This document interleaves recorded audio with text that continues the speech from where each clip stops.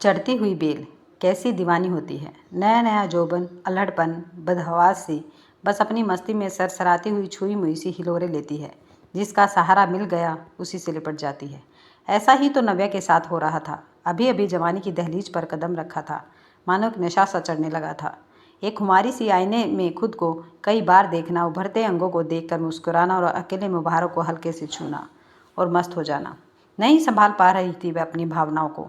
अब तो बस वह समा जाना चाहती थी किसी की मजबूत बाहों में, जहाँ उसके हर अंग पर पा सके वह किसी का चुंबन और सेक्स की गहराइयों का मजा ले सके। नव्या, यह क्या तू हर समय आईने के सामने खड़ी क्यों रहती हो? स्कूल नहीं जाना क्या? इम्तिहान सिर पर हैं। अचानक तनुजा की आवाज़ से नव्या चौंक गई। अरे मम्मी, जा रही हूँ, चोटी कर रही थी, नव्या ने कहा और आईने में अपने उभारों को देखकर मुस्कुराती हुई यूनिफॉर्म की कमीज ठीक करने लगी। चल जल्दी कर, तेरी फ्रेंड बुला रही है, तनुजा ने लंच बॉक्स उसके स्कूल बैग में रखते हुए कहा। Okay bye mummy, love you, Tanuja को गाल पर किस करते हुए नव्या ने कहा और बैग उठाकर बाहर भाग गई। यह लड़की भी ना घोड़े पर सवार रहती है, तनुजा बोली और काम में लग गई। वाह यार, आज तो तू झक्कास लग रही है, फेशियल किया है क्या? नव्या की फ्रेंड सुहानी ने उसके दमकते हुए चेहरे को देखते हुए कहा। नहीं तो, यह तो नेचुरल ग्लो है, नव्या ने इतराते हुए कहा।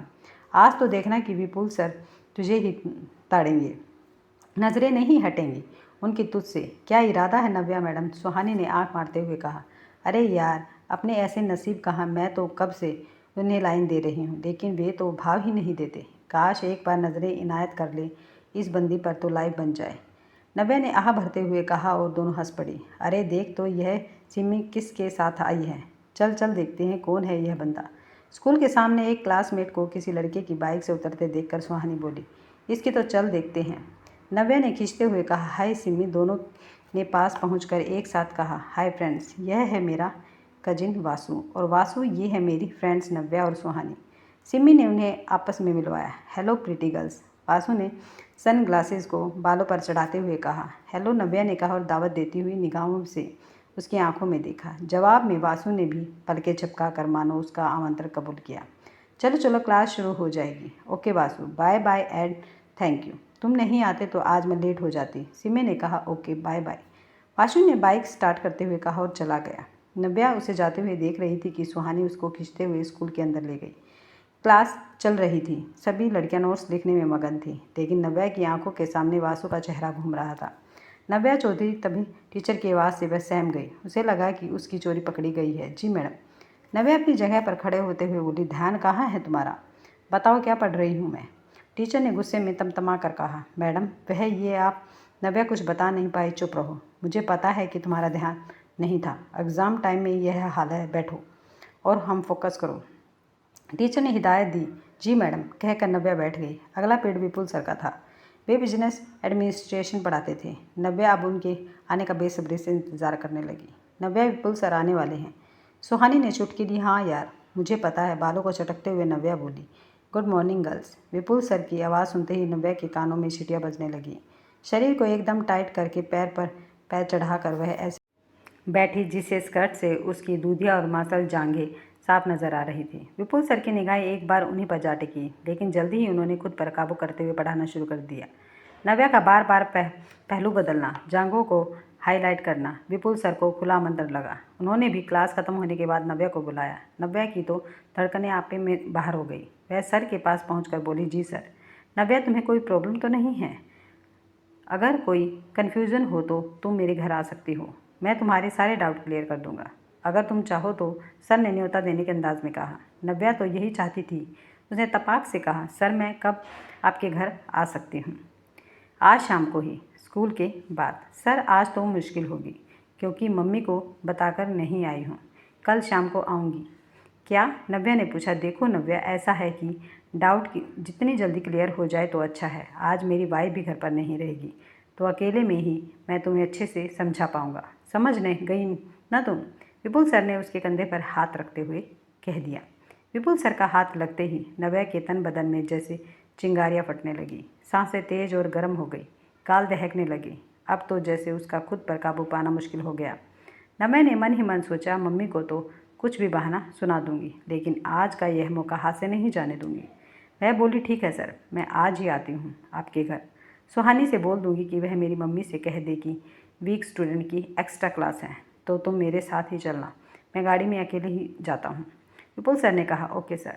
नव्या बोली, तो शाम को स्कूल के गेट से निकलकर जो पीसीओ है वहाँ मैं तुम्हें पिक कर लूँगा। ठीक है। विपुल सर ने फिर नव्या का कंधा दबाया और हाथ को पीठ पर फेरते हुए कहा। नव्या का शरीर कड़क हो गया, मुंह से बस इतना ही निकला, ओके सर। नव्या जल्दी से सुहानी के पास पहुंची और बोली, सुन, विपुल सर ने आज मुझे डाउट क्लियर करने के लिए घर बुलाया है। तू मेरी मम्मी को बता देना कि वीक स्टूडेंट की एक्स्ट्रा क्लास है, तो मैं 2 घंटे लेट हो जाऊंगी। वाह रे नव्या, तेरी तो लॉटरी लग गई। विपुल सर के घर डाउट क्लियर, मोजा ही मोजा। सुहानी ने नव्या को छेड़ा, नव्या ने भी उसे आंख मार दी। स्कूल के बाद नव्या धड़कते दिल से गेट के बाहर निकली। कुछ दूर चलने पर ही विपुल सर की कार दिखाई दी। नव्या कार के नज़दीक पहुंची तो सर ने आगे का गेट खोल दिया। नव्या तुरंत गाड़ी में बैठ गई। तुम रिलैक्स हो ना नव्या? विपुल सर ने पूछा। जी सर। नव्या ने बैग पीछे रखते हुए कहा। सो स्वीट, विपुल सर ने कहा और उसकी जांघों को सहला दिया। नव्या का शरीर कपकपा गया। मैं तुम्हें बहुत दिनों से नोटिस कर रहा था, विपुल सर ने कहा। क्या सर? नव्या ने डर के लहजे में पूछा। क्या तुम नहीं जानती? विपुल सर ने सवाल किया। जी सर, आप मुझे बहुत अच्छे लगते हैं। नव्या ने दिल खोला। अच्छा, कितना अच्छा लगता हूँ? विपुल सर ने बात को आगे बढ़ाया। सबसे अच्छे, इतने अच्छे कि ऐसा लगता है कि नव्या ने बात अधूरी छोड़ दी। कितने अच्छे? अब बता भी दो। यहाँ तो कोई नहीं है हम दोनों के अलावा। विपुल सर ने सुलगती आग को हवा देना शुरू कर दिया। सर कहकर नव्या ने उनकी जांघों पर हाथ फेरना शुरू कर दिया। विपुल सर ने नव्या का हाथ कस कर पकड़ लिया और कहा, तुम्हारी बेचैनी मैं समझ रहा हूँ, सब्र करो, बस घर पहुँचने ही वाले हैं, फिर तुम्हारे इस प्यारे से शरीर को बहुत प्यार करूँगा। Oh sir, I love you sir. कहते हुए नव्या ने उसके गालों को चूम लिया। गाड़ी पार्क करके विपुल सर नव्या को घर के भीतर ले गए। दरवाज़ा बंद कर दिया और पलटते ही नव्या की बाहों में भरकर उसके होठों को अपने होठों में भर दिया। नव्या तो पहले ही बेकाबू हो चुकी थी। उसे तो बस आज अपने शरीर की भूख मिटानी थी, जो उसे भीतर ही भीतर खा रही थी। विपुल सर ने नव्या की गोद में उठा लिया और बेडरूम में ले जाकर बिस्तर पर लेटा दिया। नव्या बदहवास हो रही थी। उसने विपुल सर को पकड़कर अपने शरीर पर गिरा लिया और बेहताशा चूमने लगी। विपुल सर के हाथ उसके उभारों पर थे, जिन्हें वे कस कर भींच रहे थे। नव्या को एक मीठा मीठा दर्द हो रहा था। उसकी सिसकियाँ निकलने लगी। विपुल सर को तो कोरा बदन मिला था, सो वे भी उसका पूरा मज़ा लेना चाहते थे। उन्होंने नव्या की कमीज उतार दी। उसके बेदाग गदराए उभार देखते ही वे पूरी तरह बहक गई। नव्या के अंगों से खेलते हुए उन्होंने कुछ ही देर में उसके सारे कपड़े उतार दिए। नव्या ने उसे कस कर पकड़ रखा था, मानो वह तो यही चाहती थी कुछ ही देर में नव्या की सिसकारियों से कमरा गूंज उठा। नव्या का कुंवारापन भंग हो चुका था, लेकिन नव्या इसे बेफिक्र सेक्स के सागर में गोते लगा रही थी। थोड़ी देर में सब कुछ शांत हो गया। नव्या कपड़े पहनने लगी, हालांकि उसे बड़ा दर्द हो रहा था। विपुल सर ने जल्दी से दूसरी चादर बिछा दी और बोले, नव्या तुम ठीक हो ना? जी सर। तो फिर अब क्या इरादा है? क्या मतलब सर? अब दोबारा कब? जब आप कहें। कल। आपकी वाइफ हफ्ते भर के लिए गई है, फिर तो ठीक है, चलो तुम्हें बस स्टॉप पर छोड़ कर दूँ। विपुल सर ने नव्या को सीने से कस कर लगाते हुए कहा, love you sir. Love you too my sweet. कहते हुए विपुल सर ने उसके होठों को चूम लिया, फिर उसे बस स्टॉप तक छोड़ा गए। नव्या घर पहुंची पर सेक्स से अभी तक उसका मन नहीं भरा था। उसका बस चलता तो वह घर आती ही नहीं। विपुल सर की वाइफ की न होने पर वह भरपूर फ़ायदा उठाना चाहती थी। बहुत थकी हुई लग रही थी। एक्स्ट्रा क्लास के बारे में तूने सुबह तो कुछ नहीं बताया, मम्मी ने कहा। मम्मी, एक्स्ट्रा क्लास अचानक ही अनाउंस हो गई, अब रोज़ रहेगी, मैं रोज़ ही देर से आऊँगी। नव्या ने लगे हाथ आगे का रास्ता भी साफ कर लिया। अगला पूरा हफ्ता नव्या और विपुल सर ने सेक्स का भरपूर मजा लिया। नव्या, कल मेरी वाइफ आ जाएगी। ओह सर, फिर अब क्या करेंगे? यही मैं सोच रहा हूँ सर, कोई रास्ता तो निकालना ही होगा। अब तो मैं जानता हूँ मेरी भी वही हालत है, तो फिर कुछ करिए ना। एक रास्ता है, अगर तुम तैयार हो जाओ तो। कौन सा रास्ता? मेरा एक दोस्त है, उसकी वाइफ डिलीवरी के लिए मायके गई हुई है 1 महीने के लिए। उसके घर इंतज़ाम हो सकता है, लेकिन क्या? अब देखो नव्या, हम किसी से मदद लेना चाहते हैं तो उसे कुछ देना भी होता है। क्या देना होगा? नव्या ने बात समझते हुए कहा। कभी कभी वह तुम्हारे साथ, हाँ तो नो प्रॉब्लम सर, आपके साथ के लिए इतना सेक्रीफाइस तो मैं कर ही सकती हूँ। तो फिर कल से गिरीश के घर। Okay sir. दरअसल नव्या को अब सेक्स का चस्का लग चुका था। उसे एक से ज़्यादा मर्दों से संबंध बनाने में कोई परहेज नहीं था और इन शादीशुदा मर्दों को मुंह का जायका बदलने के लिए गर्म और कम उम्र की लड़कियां मिल गई थी। अब तो नव्या का हर रोज़ सेक्स करने का सिलसिला चल निकला। स्कूल से अब कॉलेज में आ गई थी। वह अपनी अदाओं से नित नए मुर्गे घुसाने का हुनर भी आ गया था। नव्या सुन, आज रोहित आ रहा है, उसकी मीटिंग है यहाँ, शायद 2-4 दिन रुके। रमा बोल रही थी कि वह होटल में रुक जाएगा, लेकिन मैंने कहा कि मौसी का घर होते हुए होटल में क्यों रुके, इसलिए मैंने उसे यहीं बुला लिया। तू अपना कमरा उसे सोने के लिए दे देना, तू मेरे साथ सो जाना, पापा बैठक में सोफे पर सो जाएंगे, ठीक है ना? तनुजा ने नव्या से कहा, अरे यार मम्मी, आप भी ना।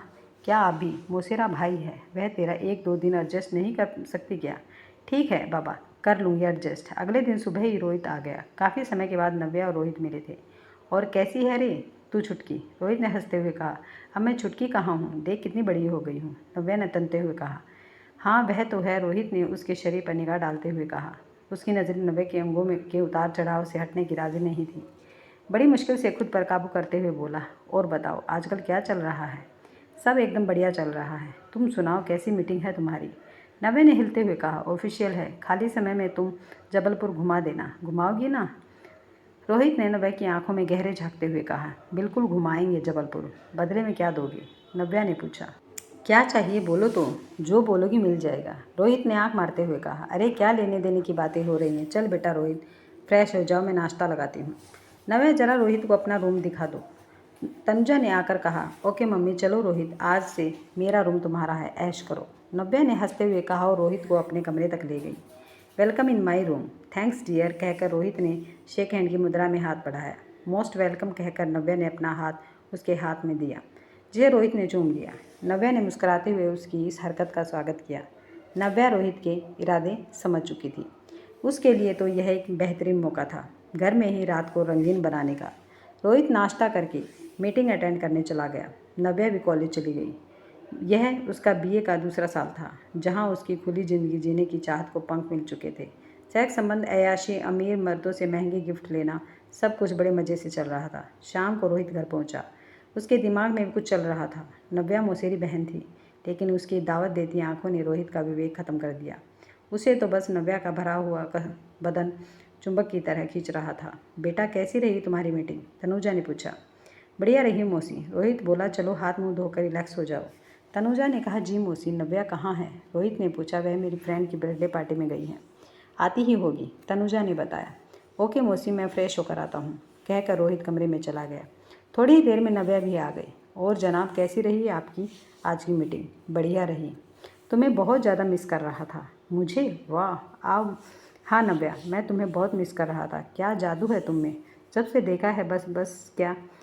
नव्या इतराते हुए बोली। तुम रात में कहाँ सोओगी? मम्मी के पास, यहीं आ जाना, कुछ देर बातें करेंगे, बातें और भी बहुत कुछ। आओगी ना? आऊँगी, चलो अब डिनर कर लो, मम्मी बुला रही है। खाने के टेबल पर रोहित और नव्या की आंखों आंखों में बातें हो रही थी। तनुजा और नव्या के पापा सुकेश इन बातों से अनजान खाना खा रहे थे। रात को नव्या मम्मी पापा सो जाने का इंतज़ार करने लगी। जब वह पूरी तरह यकीन हो गया कि वे दोनों सो चुके हैं, तो आहिस्ता से रोहित के कमरे में जा पहुंची। उसने नाइट गाउन पहन रखा था। हेलो स्वीट हार्ट, नव्या फुसफुसाते हुए बोली। वेलकम डियर, मैं कब से तुम्हारा इंतज़ार कर रहा था, बहुत देर लगा दी तुमने, रोहित ने बेसब्री से कहा। तुम्हारे मौसा जी और मौसी के सोने का इंतज़ार कर रही थी। और कहो क्या इरादा है? नव्या ने होठ चबाते हुए कहा। तुम बोलो। अच्छा जी, अब वह सब भी मैं ही बोलूँ? तो फिर चलो अब ये नाटक छोड़ो। सच में छोड़ दूँ नाटक तो यह लो छोड़ दिया, कहकर रोहित ने झटके से नव्या को अपनी बाहों में भर लिया। बहन हूँ तुम्हारी। हाँ यार, लेकिन क्या करूँ, यह दिल है कि मानता नहीं, इतनी होठ जो हो। रोहित ने उसे गोद में उठा लिया। फिर शुरू हो गया हवस का गंदा खेल। रोहित और नव्या दोनों ही एक रिश्ते को दरकिनार पर जिस्मानी रिश्ते बना दिए। बिस्तर पर नव्या के रंग ढंग देखकर रोहित ने नव्या को लिविंग में रहने का प्रपोजल दे डाला। नव्या ने सोचा कि यह एक्सपीरियंस लेने में क्या जाता है, रोहित अच्छा कमाता है, कोई बुराई भी नहीं है। अगर उसके साथ लिविंग में रहूँ तो मम्मी पापा के बंधन से भी छुटकारा पा जाऊँगी और सेक्स भी इंजॉय कर सकूँगी। 3 दिनों में ही रोहित का ऑफिशियल काम भी खत्म हो गया। नव्या और रोहित ने सब तैयारी कर ली। नव्या रोहित के साथ बालाघाट जाने के लिए पूरी तरह तैयार थी। दोनों ने फैसला किया कि कल घर वालों को अपने इरादों से वाकिफ़ कराकर वे बालाघाट निकल जाएंगे। अगली सुबह में हंगामा मचा हुआ था। नव्या ने अपने फैसले को बहुत ही बेशर्मी से माता पिता को बता दिया। कुछ तो शर्म करो, हम दुनिया और समाज को क्या जवाब देंगे? क्या कहूँगी तेरी मौसी से? कुछ तो सोच, और तेरी उम्र तो देख, अभी तो पढ़ने लिखने के दिन हैं। तनुजा भरी आंखों से बोली। मम्मी, अब इन सब बातों का कोई मतलब नहीं है, मेरा फैसला नहीं बदलने वाला, और फिर यह मेरी ज़िंदगी है, मुझे पूरा हक है कि मैं कैसे जीऊँ। मैं रोहित के साथ बालाघाट जा रही हूँ, वहीं उसकी पोस्टिंग है। अपने माँ बाप को वह बता देगा। नव्या ने तो नक कर कहा और कमरे में चली गई। तनुजा अब कोई फ़ायदा नहीं है इसे समझाने का, बालिग हो चुकी है वह और इसी बात का फ़ायदा उठा रही है। उसके कदम बहक चुके हैं, क्या पता बात कहाँ कहाँ तक बढ़ गई है। हम तुम तो शायद वहाँ तक सोच भी नहीं सकते, क्योंकि जिस बुलंदी से नव्या ने यह बताया है कि उससे तो लगता है कि इन दोनों के जिस्मानी। तनुजा के पति हताश स्वर में बोले, क्या यही दिन देखना बाकी था? हम तो किसी को मुंह दिखाने के लायक नहीं रहे। क्या इसी दिन के लिए नाजों से पाला था इसको? इतनी आज़ादी थी, यह कहाँ की हवा लग गई इसे कि आंखों की शर्म तक खत्म हो गई। और रोहित, वह भी, अरे अब उसे क्या कहें जब अपना ही सिक्का खोटा निकला। तनुजा लगातार रोते हुए बोली, नव्या और रोहित, परिवार व समाज के गाल पर तमाचा मारकर चले गए। पीछे रह गए दो परिवार और शर्मसार माता पिता। सेक्स और अय्यासी की चाहत में बच्चों ने घर वालों को एक ऐसा नासुर दे दिया जो हर पल कसकता रहेगा।